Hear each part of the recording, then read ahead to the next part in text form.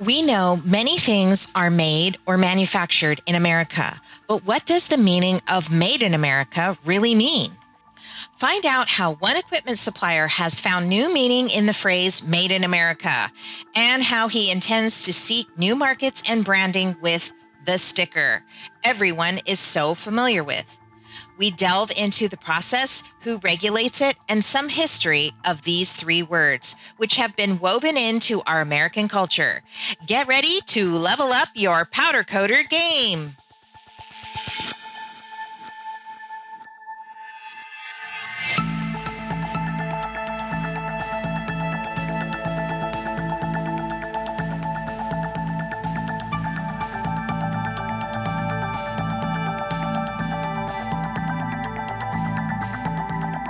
Welcome to the Powder Coater Podcast. I'm Kim Scott, your host, where we talk about trending topics, interview interesting people like our guest today. Brandon has actually been on the show before. And Brandon, you're with Titan Sandblasting, right? Titan Right. Equipment. And your main business is sandblasting and building sandblasting equipment and selling it across America. And you were also featured on our 50th episode where we talked about, how to go and, invest in the right equipment for your processes. So I just want to say welcome back. It's good to see you. It's been a little while. It has been a little while. Thank you for having me back on. Yeah, of course. How has Titan been doing? Since we last talked about a year or so ago. Going good. We're growing. We're changing continually, coming out with new products, updating our existing products. So we try to always keep it going, keep innovating, and keep updating our stuff. Right, and that leads us to today's topic, right? Because it kind of plays a little bit into that in some of the products that you're. I don't know if it's all your products, but some of your products.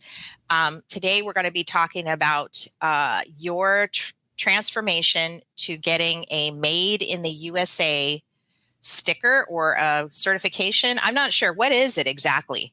Mainly just like a designation that you have that you're made in the USA, that you can call yourself that. Right. Many people, you see it on clothes, right? Yeah. Lots of people see it on clothes. That's very important to us. Of course, I think in general, Americans are very proud of our manufacturing base. So what drew you to try to do this and try to go for this designation? I probably mainly a pride thing, knowing that, like a lot of Americans making things, and just, for us and just in general, sick of seeing everything seems to not be made here anymore. At one point it used to be, and it seems like everything you pick up nowadays says made in China. It's just a little troubling. It is. Yeah. I mean, because we were, great manufacturers. Now we seem to be pushing a lot of paper around in the financial districts and stuff like that. Mm-hmm. We're more about that and less about making things. But I think I'd like to say, and maybe you'll agree or disagree. Do you think that's going to change in the future, or is it changing now? I think it's changing. It's starting to change now. There seems to be a bigger push now for bringing things back into the States. I think COVID actually helped that. With manufacturing, people realizing that it's better to have things made here. Ourselves included. The lead times that COVID dumped on everyone, and the supply chains were just like phenomenal. I don't think anyone could have imagined that.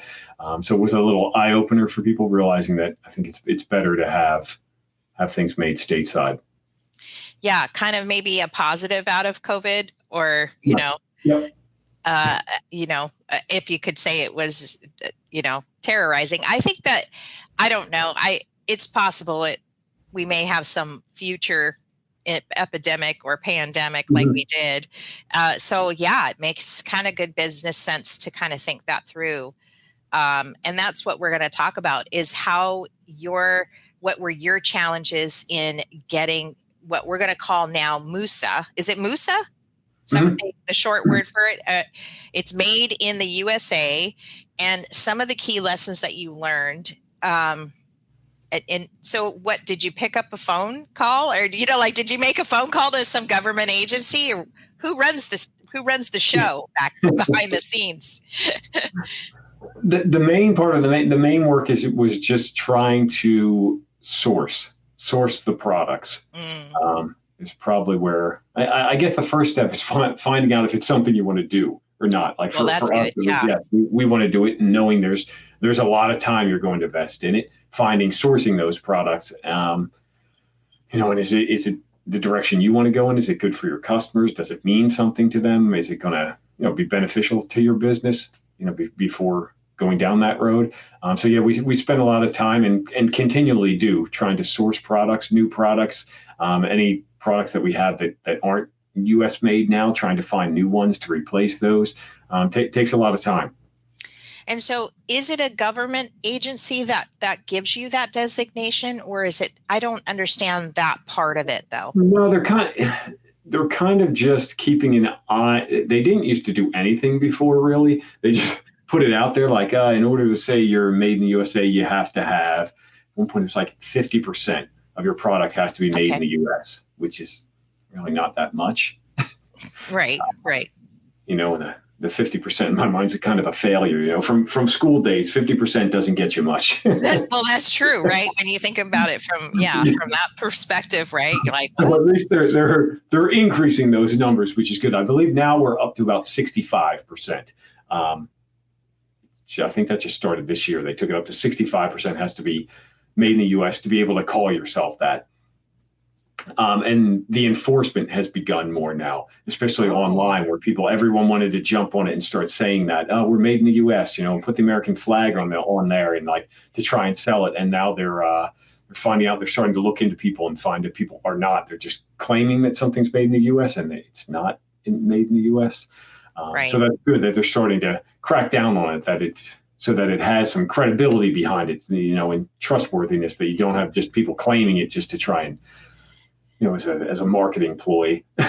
Yeah, and I agree with you. You just I think Americans have just know that means something to them, Yeah. Mm-hmm. versus something that says made in China, right? It just doesn't translate the same way in our brains, right? And it's not just about marketing, though. You know what I mean? It's about our culture. It's about who we are as a nation. There's a lot more behind that sticker or that phrase, right? Yeah. And so, it's, I guess, China is useful in some sense of the word, right? It helped us grow as a country, financially, and because we're such a consumer-based economy anyways, right? So but it just somehow doesn't translate to be the same. So I'm not sure how. No, Yeah. and it does nothing to really help us as a country or our manufacturing sector. It doesn't, by buying things from other countries, especially China, or countries that don't play by the same rules that we do. It would be different if cost cutting and subsidies from the government, letting people sell things for below cost, like, makes it really difficult for people to compete, and that's not really fair. It'd be the same thing. We could do the same thing if all of a sudden the government decided to give us a ton of money and say, hey, Sandblast equipment, make it all, sell it everywhere, and we'll give you 50% of the cost. So now all of a sudden we can sell it for less than it costs us to make it. Yeah, how do you compete with someone who can do that? Well, isn't that socialism, right? You know what I mean? That's kind of where that's where that's that line, right? Mm-hmm. A gray area where it goes into.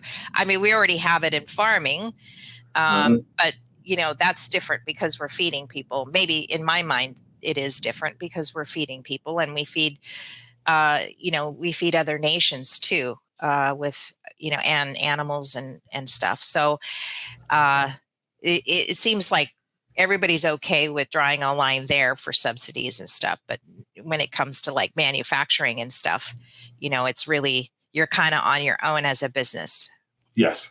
Yeah. Hmm. And I think hands off on business is good, but it's always good to have something that says made in America because, it's a trustworthy phrase. Yes. And Yeah. it means a lot, and it always has. When people buy that, they know, they see that label on there, think, okay, I'm buying a quality product. I know it was here, it's going to last. You have the longevity. I would say the made in China designation has that exact opposite. You just know, okay, someone got that cheap. Right. Yeah. Right. Yeah, exactly. Got it cheap, and hopefully so cheap I'll be able to buy another one when that one breaks. Yeah. And let's talk about that for a second because, in past episodes, I've done trends, right? Mhm.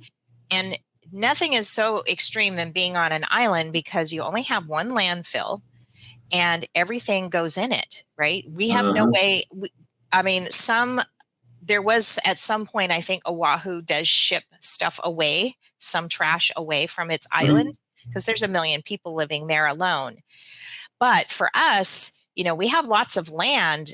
So everything kind of goes in. Of course, they're trying to negotiate a more long term memorial type. Well, I don't even want to call it memorial, but for those that had passed away in the Lahaina fires, Mhm. they wanted some sort of like final resting place because that some people were just burned to ashes. And I hate to get gruesome here, but it's been a kind of a contentious issue about where to put all of the debris, some of which people may still be, Mhm. parts of them Yeah. will be in No, there, exactly. right? Yeah.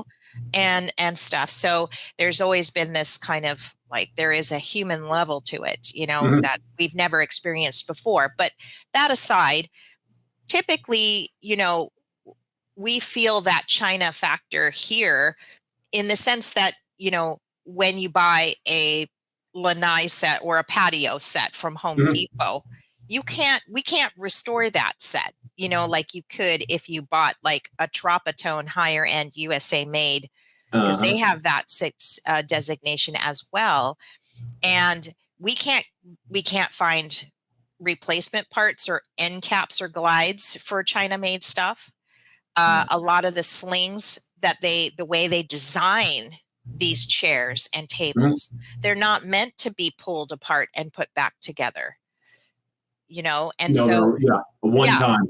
One one time time. assembled, and the next time it goes in the trash. Right, and it's within the design itself Mhm. of the chair that they just slide it in, and you're never, if it breaks, you go to Home Depot and you just throw that other one away. So it's a very linear Yes. system, right? They make Mhm. it, we use it, we throw it away. Yes. And I think that, and maybe this is where you guys can come into place because you make and manufacture replacement parts for all of your equipment.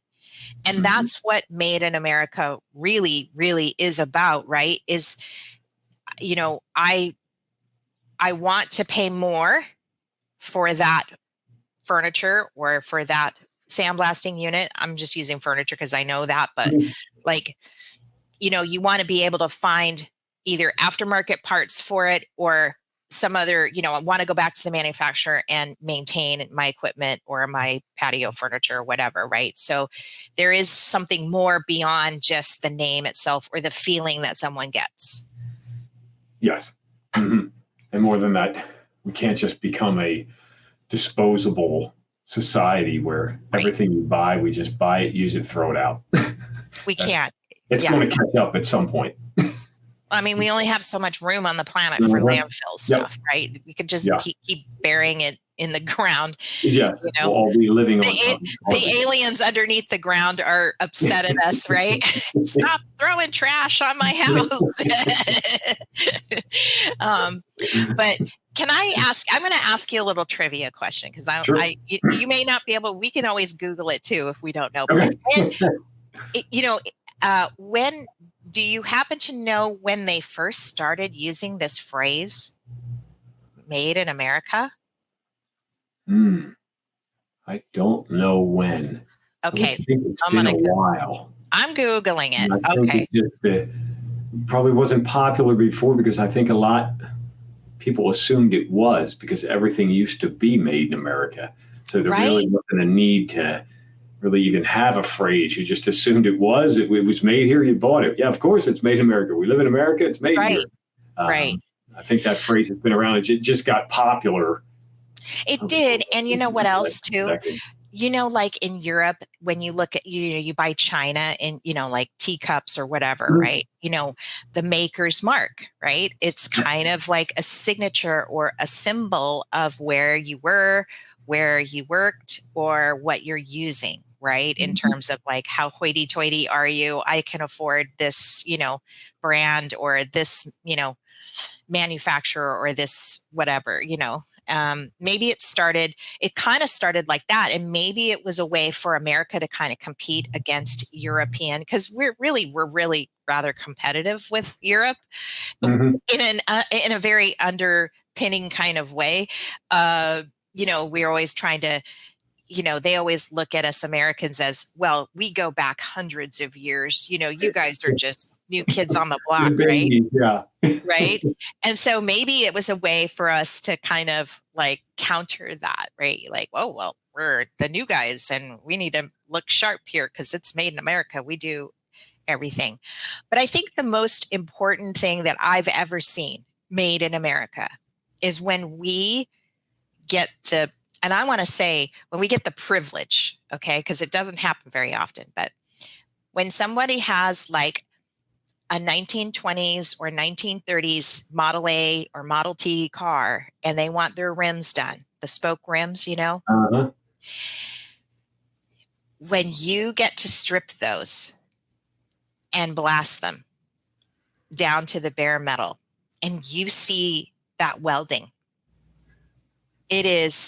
it's so perfect. It is so perfect. I wish I could show you. I have pictures of of some of them that we've done. We've only done a few handfuls of them, but there's not a lot here, I but think only a limited number on the island. right. But it's so, I feel so privileged to look at that, to know, to me, that's made in America. And that's what it means. It's like the welds were so perfect. They Mhm. made it to last forever. Yeah. Right. And And the quality and the pride that went into it. yeah, You I know, mean, it seems like everyone was a craftsman. Everyone had that trade, and they were yeah, craftsmen and cared about what they did to be the best at what they did. I think we've lost a lot of that. Now it's kind of just do it to get it done. yeah. Kind Nothing takes of. me back. Mhm. Nothing takes me aback more than looking at that raw metal, steel, and how thick it is and how well, I Mhm. mean, every weld is that whoever that man was, that made that, Yep. you know, some of the other things too. And I still want to Google this while we're talking, but, like when it started, but like the whole World War II thing, my mom worked on the B-52s, and there was a lot of pride that went into the B-50, not just B-52s, but every Mhm. aircraft that they were making, or every ship they were making, or whatever, just to support the war. I mean, that to me is made in America. Yep. That's the Yep. symbology I see, Mhm. and stuff. But okay, so let's talk about how how did you go, and what were the steps that you took to achieve this designation, made in America, and what were the first steps that you did, and how many steps are there? Is it just exhaustive, or how long did it take you? It's not a whole lot of stuff. It's mainly just sourcing all those products, to make sure your things, all your components that you're buying are sourced and made in origin of in the United States. So that's your real time consuming part. Yeah. It's not really that involved other than finding your the products and sourcing them and getting things here. Um, but those components can be extremely tricky. Some of them, especially electronic components. We had to have a heck of a time with lighting, LED lighting. Mm-hmm. Apparently, all LED lights are made overseas. We did find a company that makes them here. But that probably took us the longest. That was the hardest thing. And Mm-hmm. there's some small electronic components that we still are not 100%. we can't. There's certain things that just are not made in this country, and you cannot Right. find them. Right. You're buying them overseas. I'm on a Wikipedia, not that I don't know if I can trust Wikipedia, but like I guess it's regulated by the Federal Trade Commission. Mhm. Yep. So did you have to talk one-on-one with them, or that's how you kind of picked up the phone and started calling them or contacting them on that? They must have a page of some sort. Yeah, and there's not, to my knowledge, there's not necessarily a certification that they give you. More of just their, if you're making that claim, you need to make sure you are made in the USA, that you're following their stipulations. Yeah. That you're not just making that claim that you're made in the US and not, because they can come after you, and they have Right. started to do it. They've gotten a couple of, I think, large companies I've heard that have were claiming things made in the USA and they're not, and had some big issues and got some serious fines. And is there a difference between assembled in the USA versus made in America, or is that pretty much And synonymous? that's a kind of like a word play, and I think it's everyone trying to capitalize off that, Mm-hmm. the use of the American flag on their product and Yeah. that term. So they're trying to spin off that term rather than like made in the USA. Like our stuff, some of it is designed in the US. They're assembled in the US from foreign components, but that doesn't really help us in manufacturing. Right. Right. We brought in all these cheap parts from China, but we put them together here.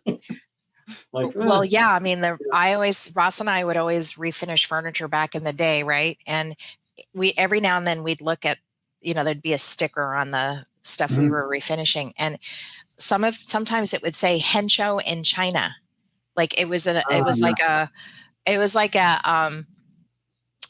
Spanish word, Hensho, which is made, but then it would say in China. So we were like, what does that even mean? Right. Yeah. So I'm going to hopefully get to the bottom of that in the next coming weeks when I talk about, have another guest on talking about nearshoring and stuff like that. So we kind of giggled about what that was. But it seems like the first, I guess, what they're saying on this Wikipedia is that in 1926, the Ford Model T hubcap actually said it's an embossed hubcap with the word Ford on it, and then below it said made in America. So I think that's where it kind of started.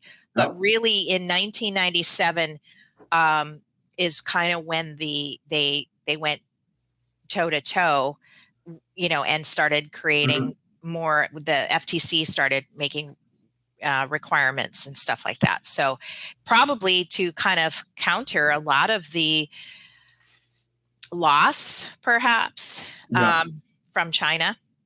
Because it probably wasn't big it was the 80s. I think it was Reagan that was the big on the globalization that put it in. So it took time for that. Hey, let's start buying stuff everywhere else. It's going to help everyone. But it takes years for that to go into effect. And really where you see it, maybe you think it's good at first, and then it kind of backfires. So it probably took a while before people saw that, and then before you really needed a designation of made in the U.S. Right. I know that it really hurt the powder coating industry too, because a lot of people lost jobs to China in powder coating back in the 80s and 90s and stuff. They started closing a lot of factories and stuff because it was all going to China. And actually, to be honest, even today, China does about 36% of the global supply of powder coatings. Wow. Yeah, kind of crazy that, and it's because they make products that they powder coat, right? So it would make sense that they have the largest amount of share of all global powder coatings. Yeah. So you kind of had, go ahead. Yeah, so even though we don't think of it in the manufacturing, you're thinking more of products, cars, and but we also fall under the big push now of drugs. even especially generic drugs. Like it's unbelievable the amount of generic drugs that are not made in this country. China and India, I think we're over 80, somewhere between 80 and 90% of the drugs come from elsewhere, which is Wow. really, really frightening. Right. Yeah. I'd rather have a foreign hubcap than a foreign medication. Right. Like what? Car, yeah. It's kind of funny because you're actually trusting the doctor and the healthcare system, not questioning where the drug is coming from, right? And Yeah. I mean, nothing more clear than the fentanyl crisis we have now in the country, right? Yeah. And stuff. So. Yeah. And do you want your cell phone made in a dirty factory, or do you want your pharmaceuticals made in a dirty factory? Right. Yeah. So when did you, okay, so how soon or how long ago did you get this designation, and how has it affected your business, or kind of can we take it into that? Yeah, it's affected us in that we get people that are, they see it and they're sourcing those products. So they're coming to us and we get a lot of comments on, oh, we like the fact that you're made in the US. So it does hold value to our equipment. Not only are they knowing they're getting a good quality product, but a lot of people like to keep that support the country, buy things made here and support the jobs. Yeah. So I think that does definitely means a lot to people, and we have quite a few sales that I would say are based off of that. Having that designation has definitely been a help to us. Have you, and so most of your sales are are relied on from other U.S. companies. Are you selling abroad with the USA made? I mean, that'd be kind of interesting. I'm going to bring up your website right now. We do sell some overseas. Majority of our business is in the States. Yeah. And just because of our equipment in general is large, heavy, fairly expensive to ship around the world. Yeah. But we do occasionally. And it means that we're not in other countries. People know that. They know the made in America. They know it's a good quality product that they're getting. So it's not just Americans that know that and want our own products, but the rest of the world knows that too. Right. I'm going to pull up your website here real quick. I'm checking you out, making sure you've got your Made in America flag on there. Yeah. And there it is, right in the footer. But I don't know, like, to me, I would put it right here, front and center, like, or even a tab up here, like, we are made in America, because that's going to be a huge trigger for people when they land on your website. Yeah. And stuff. I mean, this is nice to have all these famous companies down here and stuff like that. But so how long ago has it been since you got it? Well, it's probably been a few years, couple of years now. Couple of years. But it's something we've always kind of done, but it used to be easy. Like, my uncle started the company in the 50s, 1953. So right. It's kind of obvious back then you made everything in the US. And we did at that point, and then it just, I guess, changed with more components. The more involved our systems got, the more components they required, then the kind of outsourcing began, right. Bringing things in from elsewhere. So kind of like a switch back to the roots, of keeping it made in America, where you start, sourcing things elsewhere and you kind of go a different direction, and I just kind of brought it back. Do you think that there's some possible negative connotations with Made in America in terms of costing and pricing? Like, I mean, I guess that would be like, oh, it's made in America, it must be really expensive kind of thing. Have you managed to maintain your costs and price still with the designation, or has some of I know that's a delicate question to ask you, Brandon, but it affects pricing. Obviously American made components are more costly than foreign components. some more than others, some a lot more than others. There's some products that just don't make sense for us to source in the States, just because we know our customers and know they're not going to pay Right. that one Too small absorbent. component. Like, Yeah. okay, now all of a sudden it's triple the price here, and they're like, no, they're not. Doesn't mean that much to them that they're going to pay triple for that same thing, as long as that some of the things function the same. If it's a let's say a ball valve, if there's not much to it, it's going to function the same, but someone's not going to pay triple for that. Yeah, and that's why how you can kind of manage that a little bit and keep your costs still reasonable, or almost the same as stuff is like, yeah, you can go and get that somewhere else, maybe in another country or whatever, without, and you have that choice or that perception or perceptiveness to kind of keep it, know where to put those and play it, I guess, in a sense. Know what components are worthy of that. Worthy, yeah, that's a good word. Of getting the sourcing here, or is it like, nah, if it's foreign, it's not going to make that big of a difference. And foreign means, it also depends on where it's coming from. Not everything comes from China. Not everything is like cheap junk. Right. Yeah. We do get other components from other countries. We get some components from Italy, from Germany, which are yeah, good. they make the quality is not questioned on there. Yeah. And it's price is not always there. Sometimes it's usually the Chinese stuff that's really the cheap end of it. And in our world too, not everything works if it's cheap, especially in the abrasive blasting world. Right. Our stuff's got to be durable. It takes a beating. It's kind of self-destructive. So we have to really pay attention to what, the quality of everything, especially anything that comes in contact with that blast stream, is going to take a beating. Right. And so, like, how do you feel? I want to ask you more personal question. Like, how do you feel as a business owner in getting this made in America on your stuff? Like, now that you've gone through that process, obviously there was some difficulty at first trying to source stuff, but how do you feel about it personally now?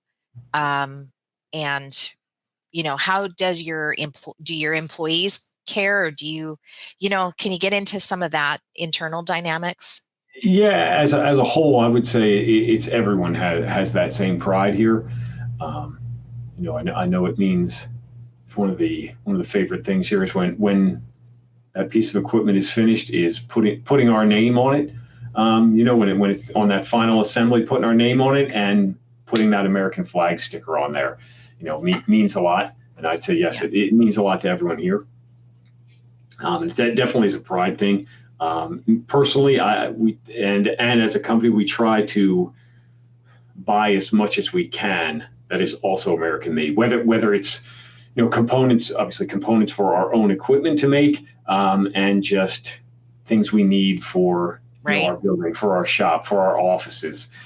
We try to always source. If we can do it, we try to buy American, as much as we can. Yeah, it's kind of almost changed your entire culture in a sense, is what you're saying. Yep. Yeah. And so, and how has it specifically affected quality control in that sense? Like, who gets to put the sticker on? I want to know. Is it you? I do a lot of stickers. I put a lot of stickers on. Yeah. That's the best part, right? Putting the sticker on there, right? Yep. Doesn't matter that it took the poor guy, 3 days to assemble it, and then I come out 2 seconds and put the sticker on. I'm like, oh man, I can totally visualize that too, right? Like the guy's looking up at you going, dang, 3 days I spent building this. You came out and slapped the sticker on. Great. Have you had to do any kind of other, like in your quality control, have you had to take any extra steps in that division or that department to, in that sense? Is there any other regulation that you have to abide by in terms of assembly? Not on assembly, no. The quality, I'd say the quality's going up because now we're having, better components to start with. Right. So it makes that aspect easier. Where you're not, takes kind of the wonder out of it. Like, oh, or is this batch going to be good? That's the problem with other overseas components and cheap stuff is what's it. Right. One might be good, but you got a box of 50 and you're like, well, half of them might be good. Yeah. Which half are, what are the good ones, what are the bad? And you're testing all that. With American stuff, better quality components. You don't question it, about that. Right? And let's face it, I mean, a lot of these shops, job shops and stuff that need and require blasting, I mean, when you're buying something like that, it's pricey to begin with, and you're looking for a return on your investment, your capital investment. I personally would be, being that I am American and, I'd be looking for that because I know that hopefully at some point I'm going to get that return anyways. And I want to make that long call, right? That long-term investment and stuff, it's important because you don't want to have to replace that blaster in a long, long time. Yes. Yep. All components. Yeah. And our equipment is not cheap. Not most sandblast equipment is not cheap. So you definitely want to, it's an investment, and you want that investment to last. Right.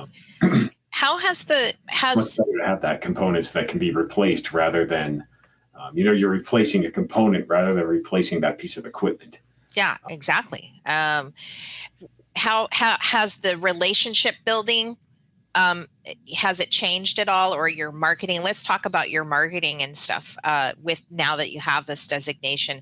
Have you made any changes to it? Do you kind of put it front and center, or do you kind of just say, yeah, that's who we are. We're over here, It's a big part of our marketing. Yeah. It's a big part of our marketing and our marketing companies. Our marketing company that does a lot. Ross is getting in the blast too right now. Just for you guys listening, we're laughing because Ross is putting on his. I left my window open, but why? Maybe that wasn't a good idea. It's like watching it. He's getting dressed in the dressing room. I mean, he doesn't know I'm interviewing you today at all. We're wondering why dressing rooms don't have glass doors. Oh my gosh. There's always a laugh on the show. I tell you, Brandon, it doesn't matter who or what. And I mean, he has been working himself up to this. He blasted yesterday. But seriously, like, he has to mentally work himself up to do it, right? Because right now we're on a bare bones crew. There he goes off to the blast room. I mean, it's just so funny how the podcast works out for me sometimes, but I mean, you want to make sure that when your blaster is going in there, your guy on the floor that has to go in and we call it the beach. We go to the beach. Yep. And it's not like literally going to the beach, right? But he has to gear himself up mentally to do it. There are guys out there that absolutely that's all they want to do all day long, right? Is just do that, right? And and I love those guys. I wish every company could have a guy, but a lot of times, we're talking about stuff you don't want to do. Yeah. And you need to make it as comfortable and reasonable and safe as you possibly can, so do you have anything to add to that? Unfortunately, blasting is usually the thing that not many people want to do. Right? Yeah. It's not, it's far from easy. It's quite a workout. That's a big part of our job here too. When we get people buying blast rooms, and there's that big divide between the people doing the blasting and the people who buy the equipment. Yes. Let's talk about that. Equipment. Let's get like the biggest storage hopper we can get. So when that guy's blasting, it doesn't stop. He can be in there 8 hours just straight blasting. I'm like, yeah, that's not going to happen. I mean, it might go great for the first week, and then you're going to be looking for a new blaster. Exactly. Right. And It's not a job that, I mean, I don't know, you may disagree with this, but like it's not a complicated job. The equipment might be slightly Mhm. complicated or getting it all set up and getting it just dialed in and stuff. But like, for the typical guy that's in there, they just want to put on their headphones and just duck out on life, get rid of their frustration. I mean, that's where I hear a lot of it is like you just drop out and you Uh-huh. can get Yep. away from your life or your problems or your whatever, and you get into it, and you're looking for that white metal, and you're looking for that perfect raised surface for whatever it is your next project's going to, whatever the next phase of that project's going to be, right? So um Make it your happy place. yeah. You know, Right, yeah, and it's not that help- easy. put that helmet on your. It's kind of like a sensory deprivation tank. You're isolating yourself. You put the helmet on, you don't hear anything else. You kind of get in your own world. I had one guy reach out to me and let me know that he listens to the podcast while he's sandblasting, Ah, ah, you know? So that I thought that was really cute of him nice of him to say about that, like, hey, it's, because we're usually on for like at least an hour or so, ah, and it's kind of a way for him to kind of stay focused on powder coating and whatever it mm, is he's doing next, but yeah. I thought that was very nice of him to say that or share that with me, right? Um, so let's wrap up the show here. What do you think are your key takeaways for any company that is thinking about doing this? I would say first is questioning that choice. Is it something you want to do? Is it something that's going to be beneficial to the company, beneficial to your customer? Does your customer care? Is going to Yeah. make that difference? Are they, hey, if we make that designation, we're American made now, knowing there's a lot of work behind it, you want to make sure that that effort is worth it. Is it a pride thing for you to do it? Is it a financial thing? Do you think you're going to gain more customers from it? It would be nice if more people did it. For the country, it'd be Right. nice if everything was made in America. Yeah. That would be nice. But as a business, um, you have to run your business. You have to stay profitable. You have to stay in business. So those Right. decisions kind of change a little bit. It can't all be about pride. If pride's great, but if you just cost you too much and you can't stay afloat, that's not good either. So yeah, I definitely want to think about if that makes a difference to your customer. Buying American made will. If you have the time, the staff. To go Right. to go down that road, it's going to take. Just know that that's where your biggest time is going to be. The hardest thing's going to be sourcing components, and it depends on who you are. If you have, you're building a machine that has 10 components, you're building a machine that has 1,000 components. Right. It's going to take some time to source all those, and no, you're not going to hit 100%. Virtually impossible to get everything made. Right. But just know Yeah. there's going to be a lot of research. Research and stuff. And Uh-huh. what are your contingencies, or if you've even crossed that, yet, was if you lose one of these parts, like say the factory that you're relying on for some component drops you below that 65% level, what will you do? You know? That's probably one of the harder things too, where it used to be, we always had backup vendors for, every component, and it wasn't uncommon to have two, three, four vendors for a component in case one wasn't in stock or something happened or the Hmm. pricing went crazy. I always had a backup. Well, now that when that component has to be made in America, that really limits that. So now you're right. We do have components that are, we only have a single source for them. Yeah. Um, so that becomes tricky. Some of the components we used to purchase, we now make. Yeah. Because Okay. either couldn't find them, or it just was too costly, that we decided to take it on ourselves, and now we designed it and make it. But Yeah. And there's additional costs there with that Mhm. too, as Yep. well. Yeah. And So we there's can't do that other, on everything. We can't make everything. We're not an electrical component manufacturer, so right. Yeah. we can't make everything. But I yeah, love those maverick type business guys that just like can do that, right? They just, I don't have this, I'm gonna make it myself, yep. like, right?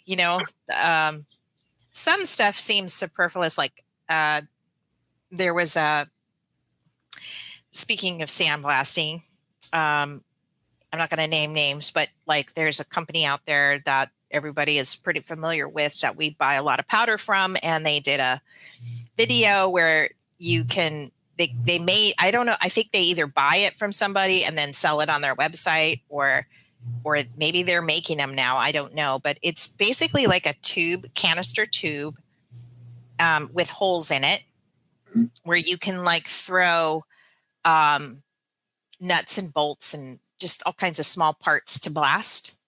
Okay. And, they were showing on the video, like you just throw it in and then you take your blast hose and you just do, and you move it around and then it blasts all these parts. And my husband watched the video and he's like, dude, I could just go get some chicken wire, fold it in half, wire it shut, throw my, put my parts in there, throw it, like there are some things that, sound fancy, right? It's a fancy thing to get, right? And maybe if you don't know what you're doing, they might get some sales from it and stuff. But to be honest with you, the common sense seems, people are always going to go for the cheapest, not always, but like if it makes more sense to go to the Ace Hardware and pick up some chicken wire and do the same thing, it's just it's a lowest common denominator thing, right? Yeah. I'm thinking to myself, like, my goodness, how, I'm not saying it's an inefficient part, or an inefficient tool. It is, but when something else could be just as easily and more simply made, wouldn't the more natural thing is to do that? You know what I mean? Because it's, because he's already doing it that way. Yeah. Yep.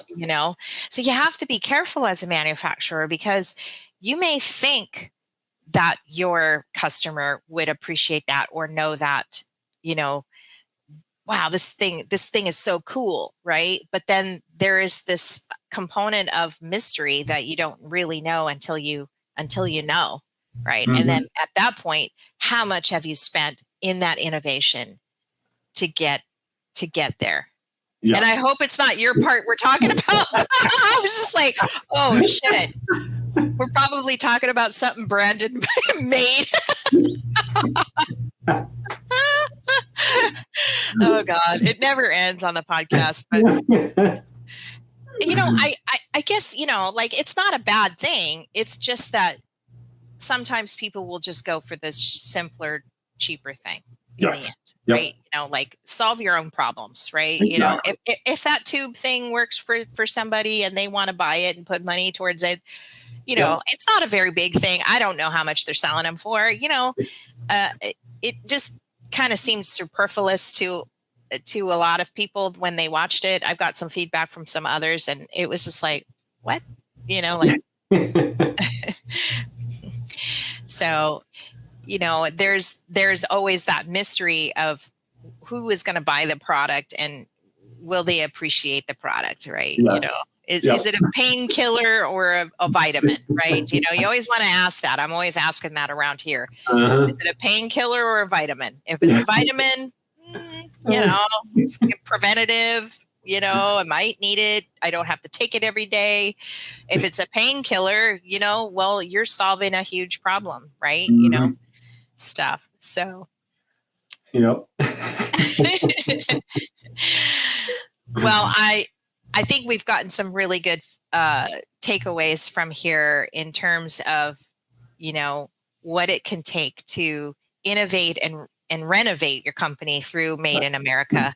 And stuff. So I thank you so much for coming on today, Brandon. It's always good to see you. You're going to be coming up again. We're going to do another podcast. What are we doing on that one? That one, we should talk about that.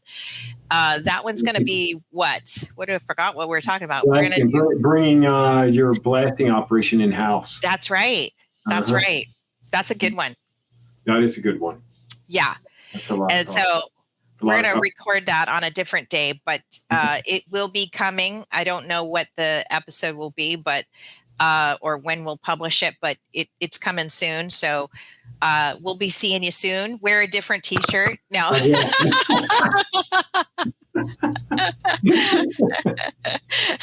And then people have to figure out, is it a different day or did I just quick go and change my t-shirt? Yeah, exactly. The mysteries behind the podcast. Yeah. Change your hairdo. It's more me. I got to change my hairdo. I'm the one that wears the same shirt every day. But anyways, always fabulous to have you on the show, Brandon. Thanks again for sharing your time with us. And, I really like the way that the podcast has expanded into more industrial. Like we first started just talking about solving everyday coder problems, and we're still doing that. We have our live show with the powder coders. We're interviewing guys in 6 or 7 or 8 guys in a show, and they're sharing their knowledge and their perspectives in a live show. I don't know if you know that, Brandon, but we kind of started that this year, and we're hoping to do 6 episodes per year to start with. The industry is behind us. They're giving away, they're donating and sponsoring the show. They're giving away prizes. It's just been an awesome kind of rally around custom coding and stuff like that. So there's always so much more to gain when you've got like 6 or 7 guys up on the show, and they're giving you, we're answering each one differently, like what their experience is and stuff. So it's really nice. Yeah. Great. Yeah. And, the interviews are continuing on where we're kind of getting into more industrial type interviews, like with your company, where we're kind of doing some broader industry topics and stuff. So I really like the way that the pace of the podcast is going, because we seem to be expanding our audience and offering more to the broader, like the different perspectives or the different components to powder coating, because there's always more than one. We've got the in the news segment, which is different. We've got the custom coder powder coating live show, and then we've got our still continuing on with excellent interviews from experts like you. Well, thanks for having me on, and wish you luck with all the other endeavors. And you're going from Maui to the world. Yeah, global. Yep. Well, let's get Titan selling some sandblasting equipment to China and some of the other in Europe and stuff. Let's make that happen. Yeah. Take this. Yeah, more American flags on products in other countries. That's what we need. Right. I know that's, it's just like, I know the world just rolls their eyes at us sometimes, because we're just so obnoxious that way. And we really are. I mean, we really are. When you go traveling in another country, you really kind of see a different perspective and stuff. And I go, I can see you why you kind of bitch and moan about us Americans, But the fact is, we're never recognized. We're always the country bumpkins or the dumb cousins or the prisoners that came to, the new America or whatever, right? Or the religious, the people wanting religious freedom, to make up the components of America. And that's fine, like it says, we'll take the people you don't want, right? And stuff, and we'll make the best of it. And it's that continued optimism that I love about America, even when, we're getting teased about our president and how he can't, he needs to wear a diaper and stuff like that. Right. And, I just, we're still okay. We're still people, and just our head of the state is not the only person in this country that can make a difference. Right. It can happen at Titan Abrasive, Yep. Regardless who runs it, we're still the greatest country in the world. Exactly. Right. Yeah. So, well, thanks again for coming on. Be sure to like, share, and subscribe. Head over to TitanAbrasive.com and check them out. Next time you want to buy some equipment, and you guys are all online and Facebook and all that too. So, yep. All right. Have a beautiful day, everybody. Aloha.